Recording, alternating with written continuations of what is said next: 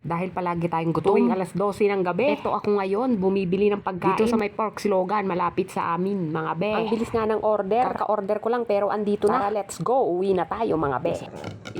Yan, my favorite. Milk tea, chocolate, my favorite. Sarap. At umorder din tayo. May tapsilog. Siyempre, may sinangag, may tapa, may itlog. Kain!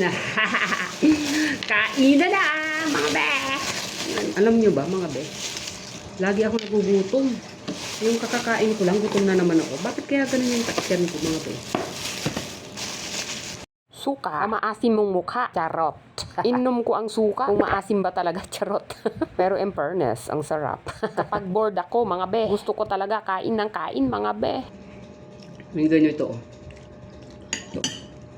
Onion, sibuyas nga ni, mga be. Ang sarap ng ano nila, tapa. Isang mais. Green beans. Sabagay, tapsilog nga ni. Umorder din tayo ng fries na may beef at may cheese, mga be. Food trip lang, mag-isa, yun. Good evening. Food trip tayo, mga be. Food trip.